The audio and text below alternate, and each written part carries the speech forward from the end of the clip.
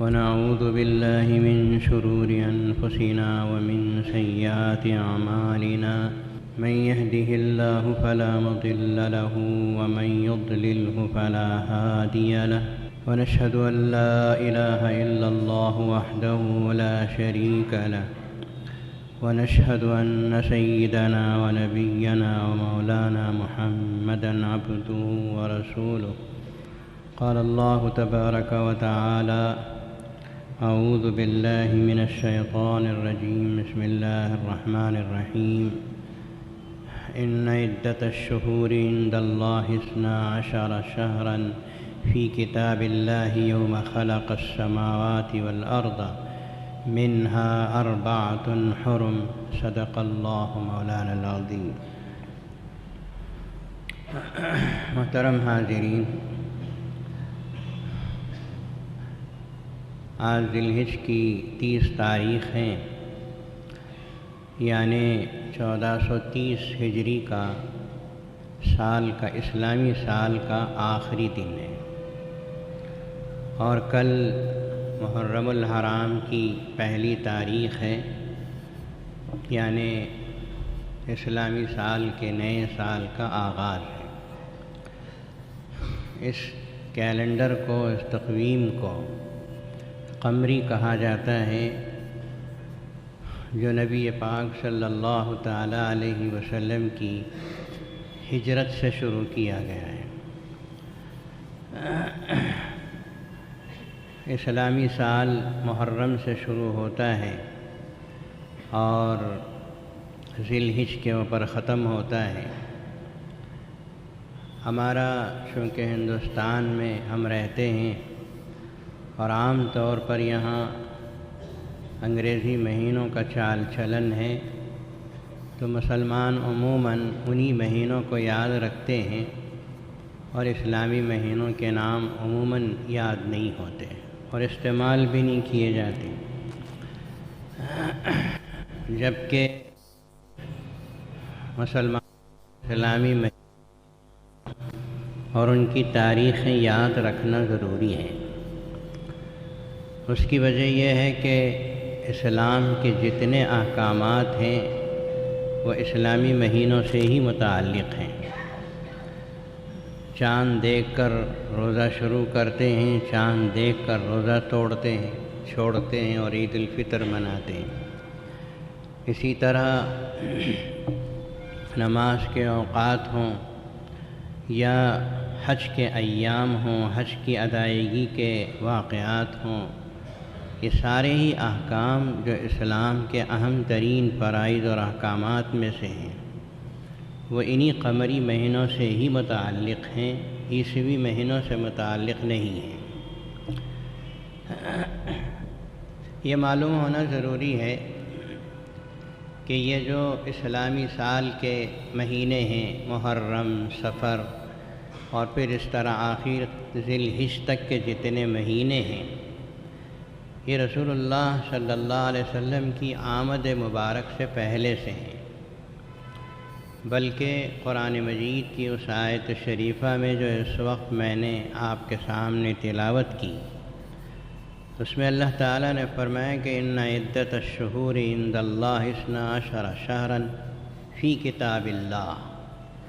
اللہ کی کتاب یعنی لوح محفوظ میں پہلے سے لکھا ہوا ہے اسلامی سال کے یہ 12 مہینوں کے نام لوح محفوظ میں شروع سے لکھے ہوئے۔ جب رسول اللہ صلی اللہ علیہ وسلم تشریف لائے تو آپ علیہ السلام نے بہت سی غلط باتوں کی اصلاح فرمائی، لیکن کچھ چیزیں ایسی جو صحیح تھیں اس کو آپ صلی اللہ علیہ وسلم نے باقی رکھا، اور جن چیزوں کو آپ علیہ السلام نے باقی رکھا ہے ان میں یہ اسلامی سال کے مہینوں کے نام بھی ہیں کہ ان عدت الشہور عند اللہ 12 شہرا فی کتاب اللہ یوم خلق السماوات والارض، جس دن آسمان و زمین پیدا کیے گئے اس دن سے یہ محرم الحرام، صفر، ربیع الاول، ربیع الثانی مہینے پہلے سے ہیں، ان میں سے 4 مہینے اللہ تعالیٰ کے نزدیک قابل حرمت ہیں خاص طور پر۔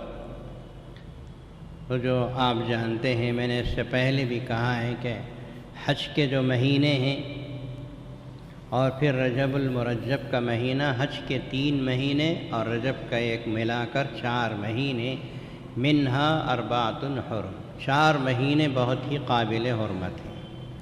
جس میں حاجی حج کو جاتا ہے تو شکار نہیں کر سکتا، گھاس توڑ نہیں سکتا، کئی احکامات اس کے اوپر آتے ہیں۔ تو یہ ہے کہ محرم الحرام سے شروع ہو کر ذی الحج پہ اسلامی سال کا اختتام ہوتا ہے۔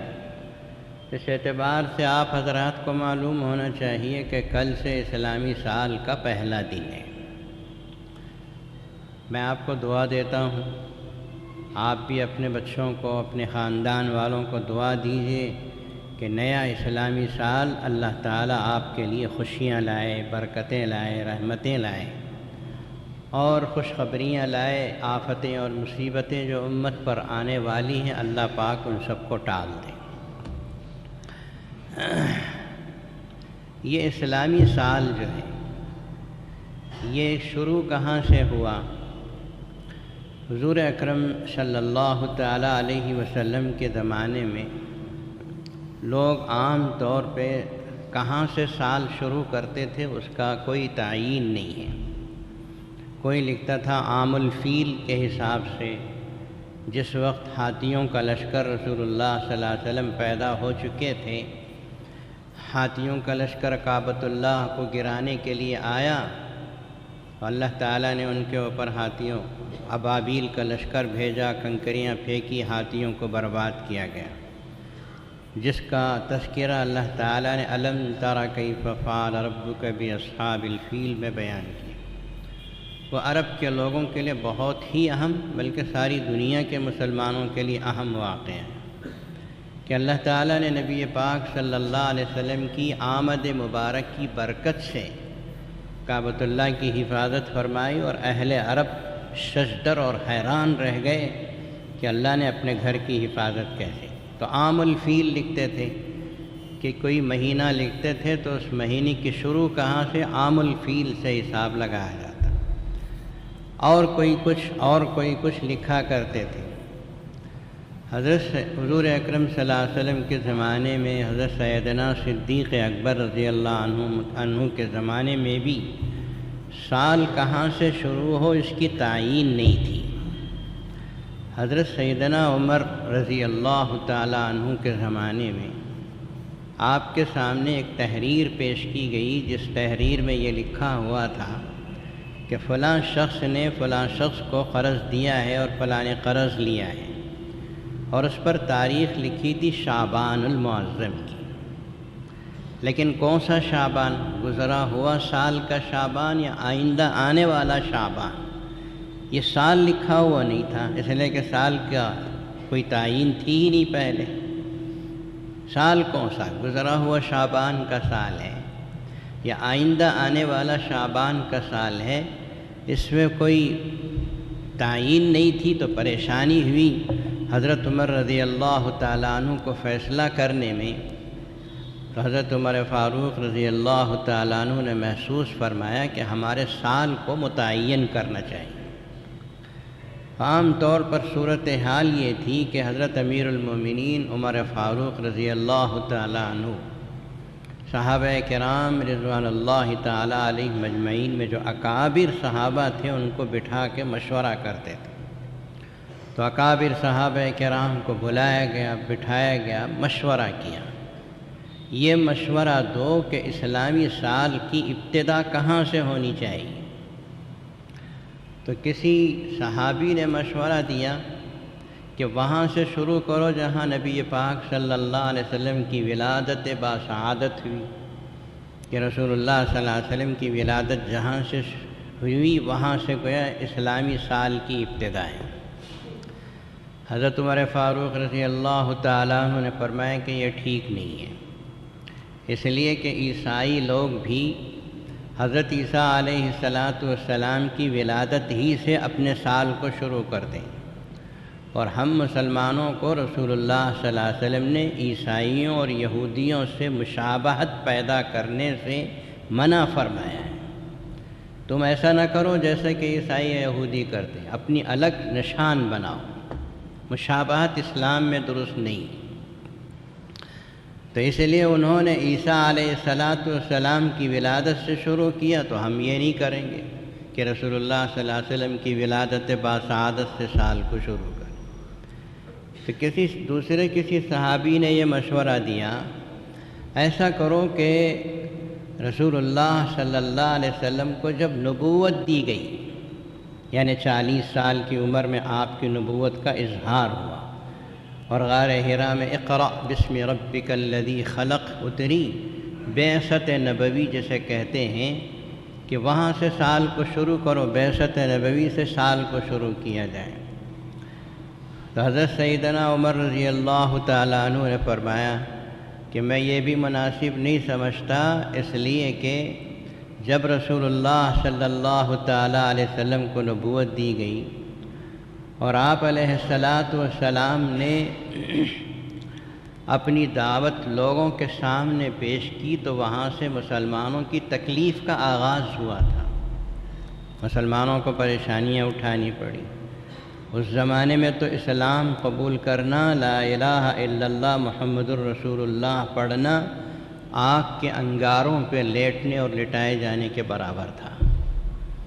چنانچہ تاریخ آپ کے سامنے ہے، بارہا آپ حضرات نے سنی ہے کہ حضرت بلال حبشی، حضرت خباب بن ارد، حضرت صہیب رومی، ایسی جلیل القدر شخصیتیں صحابہ کرام کو جو تکلیفیں برداشت کرنی پڑیں، اور پھر سارے ہی صحابہ کرام کو، بلکہ نبی اکرم صلی اللہ تعالیٰ علیہ وسلم اپنی نبوت کے اظہار کے بعد 13 سال تک، یعنی 40 سال سے 50 پر 3 53 سال تک آپ مکے میں رہے، مسلسل تکلیفوں کا سامنا تھا۔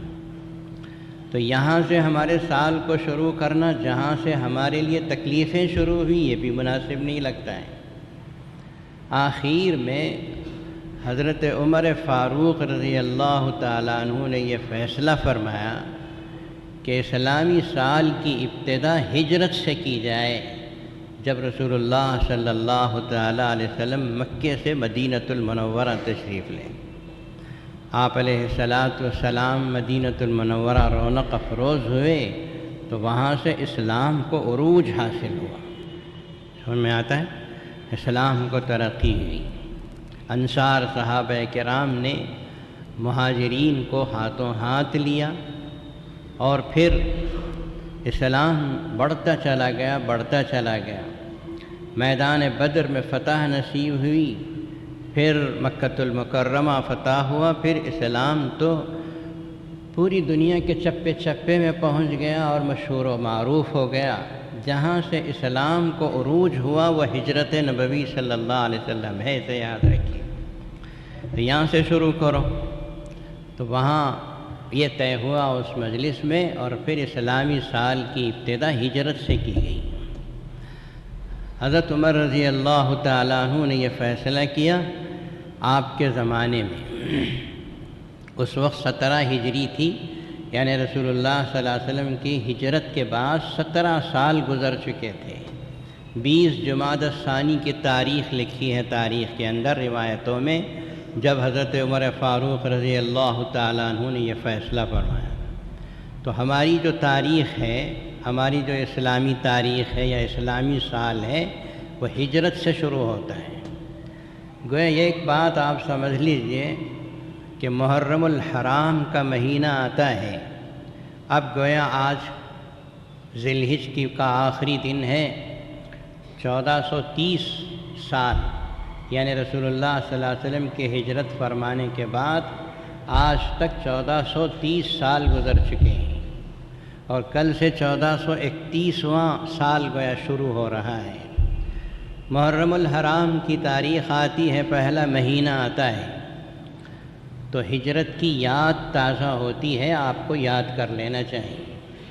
ہجرت میں 3 چیزیں یاد آتی، ایک تو رسول اللہ صلی اللہ علیہ وسلم اور آپ کے صحابہ کرام رضوان اللہ تعالیٰ علیہم اجمعین کو اسلام کی خاطر جو تکلیفیں برداشت کرنی پڑی، آپ کو اور آپ کے صحابہ کو جو ستایا گیا، جو ایذائیں دی گئیں، یہاں تک کہ نبی پاک صلی اللہ علیہ وسلم نے فرمایا کہ اوذیت فی اللہ ما اوذی احد قبلی اور نبی قبلی، مجھے اللہ کی راہ میں یا اللہ تبارک و تعالیٰ کی دعوت و توحید کے سلسلے میں، تبلیغ کے سلسلے میں اتنا ستایا اور اتنا تکلیف دیا گیا کہ مجھ سے پہلے کسی نبی اور رسول کو اتنا نہیں ستایا گیا۔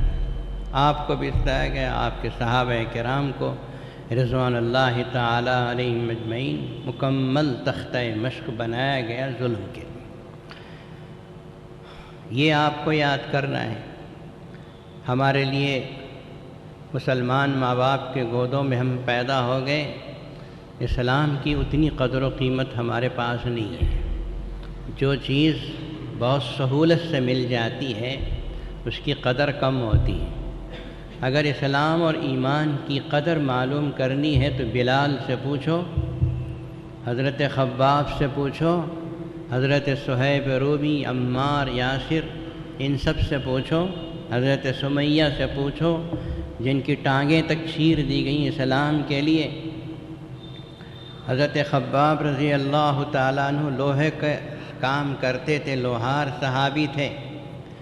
جب یہ حضرت سیدنا امیر المؤمنین عمر فاروق رضی اللہ تعالیٰ عنہ کے دربار میں آتے تو حضرت عمر امیر المؤمنین کھڑے ہو جاتے تھے اور فرماتے تھے کہ خباب ہمارے سردار ہیں۔ انہوں نے اس وقت اسلام قبول کیا جب اسلام قبول کرنا سچ مچ آگ کے شعلوں پہ لٹائے جانے کے برابر تھا۔ اور حضرت خباب بن ارت اپنی پیٹھ کے اوپر سے جبہ ہٹا کے بتاتے تھے کہ ان کے پیٹھ پر سفید سفید داغ تھے، اور فرماتے کہ میں جب اسلام قبول کیا تو مکے کے رؤساء مجھے آگ کے شعلوں پہ لٹا دیتے تھے، آگ کے ڈلوں پہ، اور میری پیٹھ کی چربی پگھل کر ان آگ کے ڈلوں کو بجھایا کرتی تھی، اور وہ زخم سوکھے تو اب یہ سفیدی رہ گئی۔ ان کو پوچھو اسلام اور ایمان کی قدر و قیمت کیا ہے، جنہوں نے اپنی جان کو داؤ پہ لگا کے ایمان قبول کیا تھا۔ ہمیں اس کی قدر نہیں۔ ہمیں معلوم ہونا چاہیے کہ اللہ تعالیٰ نے یہ نعمت ہم کو بلا مانگے مسلمان ماں باپ کی گود سے دے دی ہے، تو تھوڑی سو قدر پہچانو اس کی حفاظت کرنے کی فکر کرو۔ تو محرم الحرام کے مہینے میں ہجرت کا لفظ یاد آتا ہے، ہجری سال شروع ہوتا ہے، تو ایک طرف تو رسول اللہ صلی اللہ علیہ وسلم کی اور صحابہ کرام رضوان اللہ تعالی علیہم اجمعین کی قربانیوں کو یاد کرنا، اور دوسری چیز جسے آپ کو یاد کرنا ہے وہ ہے ہجرت، کہ رسول اللہ صلی اللہ علیہ وسلم نے مکے کو چھوڑ کر مدینۃ المنورہ کی طرف ہجرت فرمائی۔ اسلام میں دو ہجرتیں ہوئی ہیں۔ ایک ہجرت تو شروع میں رسول اللہ صلی اللہ علیہ وسلم نے حکم دیا کہ حبشے کی طرف ہجرت کر جاؤ۔ تقریباً 80 سے زیادہ صحابہ اور صحابیات نے ہجرت کی۔ رسول اللہ صلی اللہ علیہ وسلم کے حکم سے اور اجازت سے ہجرت کی۔ بادشاہ نجاشی نے ان کو ہاتھوں ہاتھ لیا، ان کی قدر کی، اور نجاشی بادشاہ مسلمان بھی ہوا۔ اور رسول اللہ صلی اللہ علیہ وسلم نے جو نماز جنازہ غائبانہ پڑھی ہے وہ شاہ حبشہ نجاشی ہی کی پڑھی ہے۔ دوسری ہجرت مدینۃ المنورہ کی طرف، کہ رسول اللہ صلی اللہ علیہ وسلم نے عام طور پر صحابہ کرام کو اجازت دیتی کہ اپنے دین اور ایمان کی حفاظت کے لیے مکہ چھوڑ کر مدینہ چلے جاؤ، مدینۃ المنورہ میں تمہارے لیے رہنے کی جگہ ملی۔ مکہ اللہ کو محبوب ترین شہر، رسول اللہ صلی اللہ علیہ وسلم کا پسندیدہ شہر، جہاں اللہ کا گھر قائم ہے اور خود ان کی جائے پیدائش ہے، جہاں رسول اللہ صلی اللہ علیہ وسلم پیدا ہوئے، اس سے افضل ترین شہر اور کون سا ہو سکتا ہے؟ لیکن چونکہ اسلام اور ایمان کے ساتھ جینا مشکل تھا مکے میں، مشرکین و کفار نے تنگ کر دی تھی زندگی، رسول اللہ صلی اللہ علیہ وسلم نے فرمایا کہ اپنے اس پسندیدہ اور محبوب شہر کو چھوڑ کے ہجرت کر جاؤ۔ ہجرت کر رہے ہیں، جا رہے ہیں، پہنچ رہے ہیں مدینہ المنورہ۔ یہاں تک کہ رسول اللہ صلی اللہ علیہ وسلم کو بھی حکم ہوا، اللہ پاک کی طرف سے اجازت ملی تو آپ علیہ الصلاۃ والسلام نے حضرت سیدنا صدیق اکبر رضی اللہ تعالیٰ عنہ کو لے کر ہجرت فرما گئے۔ ہجرت کا واقعہ قرآن مجید میں اللہ پاک نے بیان فرمایا ہے۔ ایک تو آپ صلی اللہ علیہ وسلم کمرے میں آرام فرمائے ہیں، مشرکین مکہ سازشیں کر رہے ہیں کہ رسول اللہ صلی اللہ علیہ وسلم کو آج ختم کر دو، تلواریں سونت کر آپ صلی اللہ علیہ وسلم کے کمرے اور گھر کے اطراف گھیرے ہوئے ہیں کہ جیسے ہی آپ رات کو نکلیں گے تہجد کی نماز کے لیے یا ضروریات کے لیے، تمام قبائل کے نمائندے آپ پر حملہ کر دیں گے، تمام قبائل پر آپ کا خون آ جائے گا۔ لیکن اللہ تعالیٰ نے آپ علیہ الصلاۃ والسلام کو بحفاظت ان کے درمیان سے نکالا اور وہاں سے آپ ہجرت کے لیے روانہ ہوئے۔ رسول اللہ صلی اللہ علیہ وسلم کو صبح میں کمرے میں نہیں پایا تو مشرکین نے اعلان کر دیا کہ دو شخصیتیں، محمد الرسول اللہ صلی اللہ علیہ وسلم اور صدیق اکبر، یہ دونوں جہاں کہیں ملے ان کو لاؤ اور 100 اونٹ انعام میں لے جاؤ۔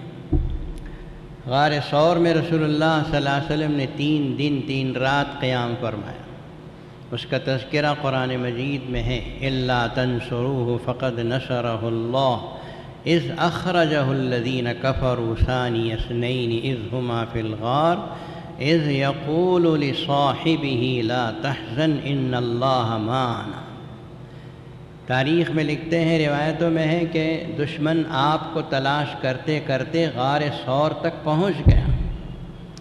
ہمارے جن بھائیوں نے مکۃ المکرمہ میں غار ثور جس وقت پہاڑی کے اوپر واقع ہے اسے دیکھا ہے، انہوں نے دیکھا ہوگا کہ وہ پہاڑی آسانی سے چڑھنے کے قابل نہیں ہے۔ مجھے تو غار حرا میں چڑھنا آسان معلوم ہوا، لیکن غار ثور پہ چڑھنا آسان نہیں۔ عجیب و غریب پہاڑ ہے، گولائی لیے ہوئے اس پہاڑ کی چوٹی پہ وہ غار ثور ہے۔ وہاں رسول اللہ صلی اللہ علیہ وسلم پہنچے اور دشمن وہاں تک پہنچ گیا۔ حضرت صدیق اکبر رضی اللہ تعالیٰ عنہ پریشان ہو کے کہتے ہیں کہ یا رسول اللہ، دشمن غار کے دہانے تک پہنچ چکا ہے، اگر تھوڑا سا جھک جائے تو ہم پر نظر پڑ جائے گی، پتہ نہیں دشمن آپ کے ساتھ کس طرح کا سلوک کرے گا۔ اس وقت نبی پاک صلی اللہ علیہ وسلم کی زبان مبارک سے جو جملہ نکلا تھا اسے اللہ پاک نے قرآن مجید میں ہمیشہ ہمیشہ کے لیے ثبت کر دیا۔ آپ صلی اللہ علیہ وسلم نے فرمایا کہ لا تحزن ان اللہ معنا، آئے ابو بکر مت ڈرو، مت گھبراؤ، غم مت کرو، اللہ ہمارے ساتھ ہے۔ اور پھر یہ فرمایا تھا، تاریخ میں حدیثوں میں موجود ہے کہ ما ظن، تمہارا کیا گمان ہے ابو بکر، جن 2 کے ساتھ تیسرا اللہ بھی موجود ہے، ہمارے ساتھ تو اللہ ہے، اللہ کی مدد ہے، نصرت اور اعانت ہے۔ اور رسول اللہ صلی اللہ علیہ وسلم بڑے سکون کے ساتھ یہ جملے فرما رہے تھے۔ اللہ نے آپ کے قلب اطہر پر سکینت نازل فرما دی تھی، اسی آیت میں آگے موجود۔ بڑا دشوار گزار سفر تھا یہ ہجرت کا جو رسول اللہ صلی اللہ علیہ وسلم نے فرمایا۔ حضرت صدیق اکبر رضی اللہ تعالیٰ عنہ ساتھ تھے۔ اس طرح آپ مدینہ المنورہ پہنچے۔ یہ ہجرت کی گویا ایک مختصر سی تاریخ ہے جو میں نے آپ کے سامنے عرض کر دی۔ یہ ہجرت کا معنی آتا ہے ترک کرنا۔ مکہ چھوڑا، مدینے کو چلے گئے، مکے کو ترک کیا، مدینہ المنورہ گئے۔ ہجرت اسلام میں بہت بڑی عبادت ہے۔ رسول اللہ صلی اللہ علیہ وسلم نے ارشاد فرمایا کہ اسلام قبول کرنا اسلام سے پہلے جتنے گناہ ہوتے ہیں سب کو معاف کر دیتا ہے۔ اسی طرح والہجرت تہدم ما کان قبلہا، ہجرت کرنے سے پہلے جتنے گناہ ہوتے ہیں سارے گناہوں کو ہجرت کی وجہ سے اللہ تبارک و تعالی معاف فرما دیتے ہیں۔ تو ہجرت لازمی تھی اس وقت مکے سے مدینے کو جانا۔ جب مدینۃ المنورہ سب ہجرت فرما گئے تو رسول اللہ صلی اللہ علیہ وسلم نے فرمایا کہ اس کے بعد کوئی ہجرت نہیں لیکن جہاد موجود ہے۔ تو دوسری چیز تھی ہجرت۔ صحابہ کرام نے اپنا وطن چھوڑا، گھر چھوڑا، دار چھوڑا، اپنی دولت چھوڑی، سب کچھ چھوڑ کر مدینۃ المنورہ تشریف لے۔ مشہور ہے کہ حضرت صہیب رومی رضی اللہ تعالیٰ عنہ جب مکۃ المکرمہ سے ہجرت کر لے کے نکلی، آپ نکلے تو مشرکین مکہ نے، دشمنوں نے آ کے گھیر لیا اور کہا کہ صہیب جب تم روم سے آئے تھے تو تمہارے پاس کچھ بھی نہیں تھا، یہاں آ کر تم نے بہت پیسہ کمایا ہے، تم ساری دولت سارے پیسے ہمارے حوالے کرو تو ہم تم کو مدینہ جانے دیں گے ورنہ جانے نہیں دیں گے۔ حضرت صہیب رومی رضی اللہ تعالیٰ عنہ نے فرمایا کہ جاؤ فلاں جگہ زمین میں نے وہ پوری دولت چھپا کے رکھی ہے، اسے اٹھا لو۔ انہوں نے جا کے اٹھایا، ان کو ملی وہ دولت، پھر صہیب رومی کو جانے دی، خالی ہاتھ مدینۃ المنورہ جا۔ ادھر حضرت صہیب رومی خالی ہاتھ مکۃ المکرمہ سے مدینہ پہنچے تو ادھر رسول اللہ صلی اللہ علیہ وسلم پر آیت اتری تھی وَمِنَ النَّاسِ مَن يَشْرِي نَفْسَهُ ابْتِغَاءَ مَرْضَاتِ اللَّهِ، اللہ کے کچھ بندے وہ ہوتے ہیں جو اپنے آپ کو خرید لیتے ہیں اللہ کی رضامندی کے لیے ساری دولت دے کر۔ تو آپ صلی اللہ علیہ وسلم نے فرمایا ربیح صہیب، ربیح صہیب، صہیب بہت فائدے میں رہے، انہوں نے اپنی ساری دولت دے کر مدینہ آ گئے۔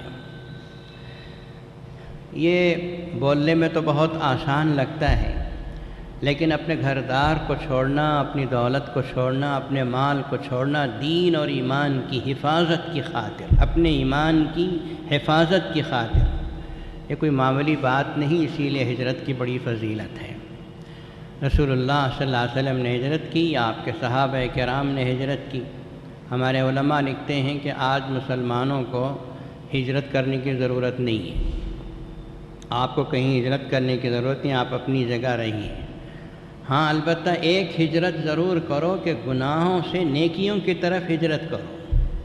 ہجرت کا معنی ہی چھوڑنا، ترک کرنا، آپ اپنی برائیوں کو چھوڑ کر اچھائیوں کی طرف آؤ، کفر و شرک کے کاموں سے ایمان اور توحید کے کاموں کی طرف آؤ۔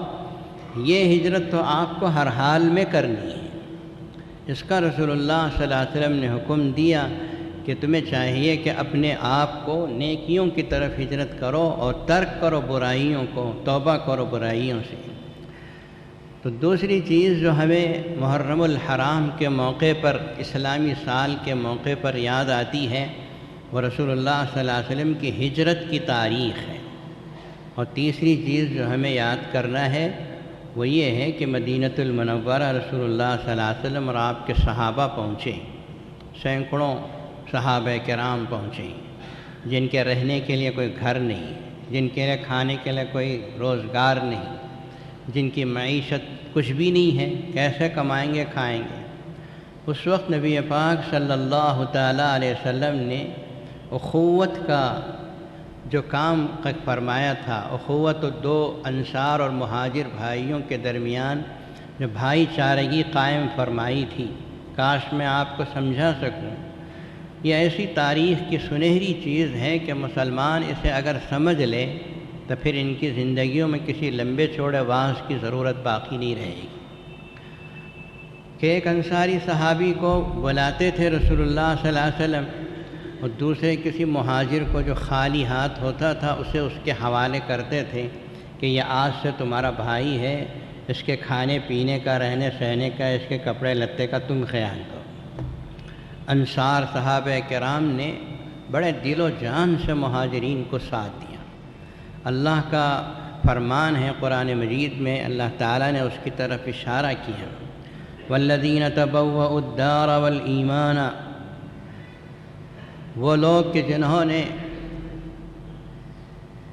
ایمان کو جگہ دیا، ٹھکانہ دیا، اور رسول اللہ صلی اللہ علیہ وسلم کے مہاجرین صحابہ کرام کو اپنے ہاں جگہ دی۔ اس کے بارے میں اللہ تبارک و تعالی نے تعریف فرمائی کہ یحبون من ہاجر الیہم جو ہجرت کر کے آئے یہ انصار صحابہ ان سے محبت کرتے ہیں۔ تاریخ عجیب و غریب ہے کہ کوئی انصاری صحابی اپنے مہاجر بھائی کو کہتے ہیں کہ دیکھو یہ میرا گھر ہے، اس میں 2 کمرے، ایک کمرہ تم لے لو، یہ مال تجارت ہے، اس میں آدھا تمہارا ہے، تم لے لو، میری 2 بیویاں ہیں، ایک کو میں طلاق دیتا ہوں، عدت گزرنے کے بعد تم ان سے شادی بھی کر لو۔ اس طرح قربانی کی عجیب مثال پیش کر دی۔ وَيُؤْثِرُونَ عَلَىٰ أَنفُسِهِمْ وَلَوْ كَانَ بِهِمْ خَصَاصَۃٌ کی سچی تصویر پیش کر دی کہ خود تو بھوکے رہتے تھے لیکن اپنے مہاجر بھائی کو کھلانے کا جذبہ رکھتے تھے۔ میرے بھائیوں، مہاجرین کو انصار نے جتنا ساتھ دیا، میں چاہتا ہوں کہ آپ حضرات اس تاریخ کو پڑھیں اور مطالعہ کریں اور آپ کو یہ سمجھ میں آ جائے کہ مسلمان کا کیسا ساتھ دیتا ہے۔ یہ ایک ایسی تاریخ ہے، پوری دنیا کے اندر اس کی مثال بالیقین آپ نہیں بتا سکتے، اور کوئی تاریخ، کوئی مثال اقوام اور ملتوں کے اندر آپ پا نہیں سکتے۔ رسول اللہ صلی اللہ علیہ وسلم نے اس طرح مدینہ المنورہ کا ایک معاشرہ قائم فرما دیا جہاں سے اسلام کو عروج ہوا۔ انصار اور مہاجرین صحابہ کرام کی تعریف اللہ تعالیٰ نے قرآن مجید میں کہیں انصار کی فرمائی تو کہیں مہاجرین کی فرمائی، اور رسول اللہ صلی اللہ علیہ وسلم کے کہنے پر انصار نے اتنی بڑی بڑی قربانیاں دیں۔ جب مکہ المکرمہ فتح ہوا تو رسول اللہ صلی اللہ علیہ وسلم کے بارے میں انصار کو یہ خیال ہوا کہ اب تو مکہ فتح ہو گیا، شاید رسول اللہ صلی اللہ علیہ وسلم مکے میں رہنا پسند فرمائیں۔ حضرات انصار کی آنکھوں میں آنسو تھے، رونے لگے کہ اب شاید اللہ کے رسول ہم کو چھوڑ کر مکے میں قیام کرنا پسند فرمائیں گے کہ اب مکہ آپ کے زیر نگیں ہیں۔ تو نبی پاک صلی اللہ علیہ وسلم نے بڑے جذباتی انداز میں کہا تھا کہ نہیں اے مدینے والو، میں تمہیں چھوڑ کر مکے میں رہنا نہیں چاہتا، میں تمہارے ساتھ رہنا چاہتا ہوں، میں تمہارے ساتھ رہوں گا۔ اور آپ علیہ الصلاۃ والسلام نے خود اپنے لیے مدینہ المنورہ کی زمین کو چنا اور فرمایا کہ مدینے میں میرا رہنا ہے، میرا بسنا ہے، یہیں میرا مرنا ہے، یہیں میری تربت بھی ہوئی۔ اس لیے کہ انصار نے دین کو جو ساتھ دیا اور اسلام کو کہ عروج کے لیے جو قربانیاں دی، مہاجرین صحابہ کرام کو جو گود لیا، یہ اسلام کی ایسی سنہری تاریخ ہے کہ مسلمان اس پر جتنا بھی فخر کریں کم ہے۔ صرف فخر نہیں، اسے پڑھ کر کچھ اپنانے کی بھی کوشش کریں۔ یہ 3 چیزیں اسلامی سال کے آغاز پر ہمارے سامنے آتی ہیں۔ ایک تو اسلام کے لیے مسلمانوں کی تکلیف برداشت کرنا ایمان اور اسلام کے لیے، اور دوسرا ہجرت کے موقع پر جو واقعات پیش آئے ان کو پڑھنا، اور تیسرا ہجرت کے بعد مہاجرین صحابہ کرام کو انصار نے جس انداز سے ساتھ دیا تھا۔ یہ 3 چیزیں آپ حضرات یاد کر لیں اسلامی سال کے آغاز پر، تو میں سمجھتا ہوں کہ آپ نے گویا ایک اچھا کام کر لیا اور بہت سی عبرتیں اور نصیحتیں آپ کو ملیں۔ باقی میرے بھائیوں، محرم الحرام کا جو مہینہ ہے ویسے بھی پہلے سے ہی تاریخ عالم کے اندر بہت ہی اہمیت رکھتا ہے۔ محرم الحرام کی 10 تاریخ کو مدینہ المنورہ میں رسول اللہ صلی اللہ علیہ وسلم کے صحابہ نے دیکھا کہ یہودی روزہ رکھتے ہیں، تو پیغمبر خدا صلی اللہ علیہ وسلم نے پوچھوایا کہ یہ روزہ کیا ہے؟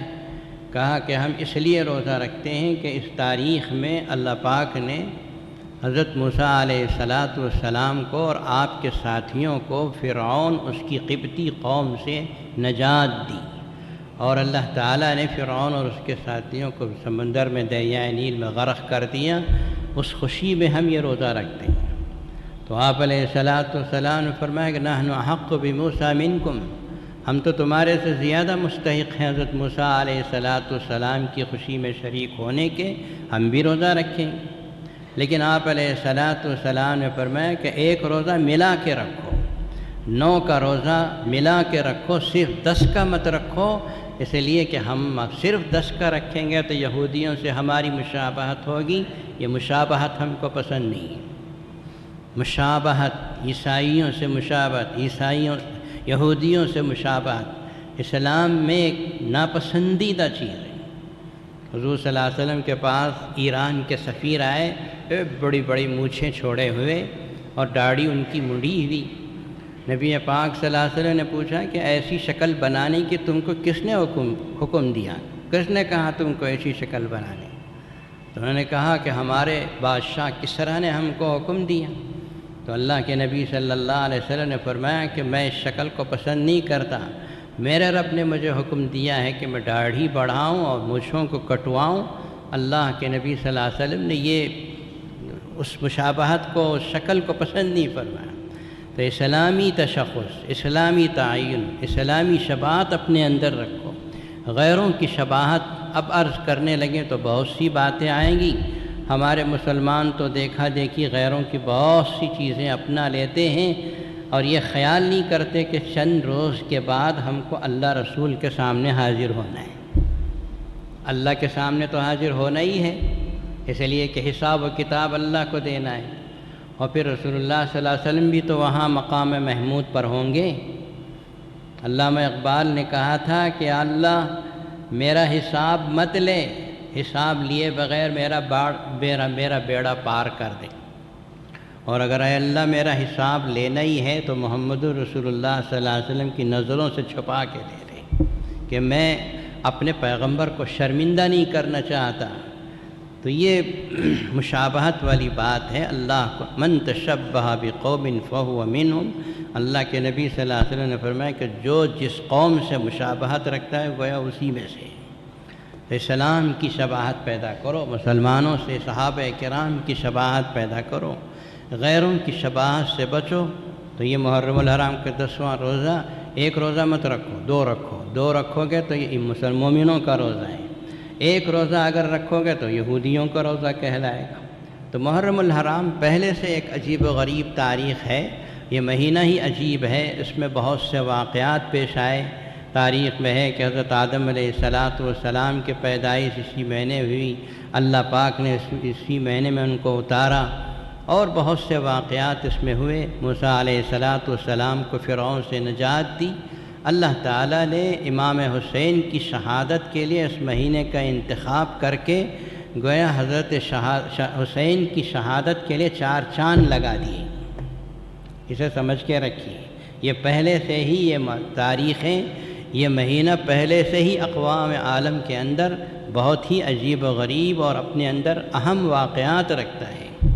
انشاءاللہ عرض کریں گے، اللہ تعالیٰ سے دعا فرمائیے کہ اللہ تبارک و تعالیٰ ہمیں نبی پاک صلی اللہ تعالیٰ علیہ وسلم کی ہجرت کے واقعات کو اور انصار اور مہاجرین کے واقعات کو پڑھنے پڑھانے، اپنے بچوں کو سننے سنانے کی توفیق دے، اور ان سے محبت کرنے، ان کی سیرتوں کو اپنانے کی توفیق عطا فرمائے۔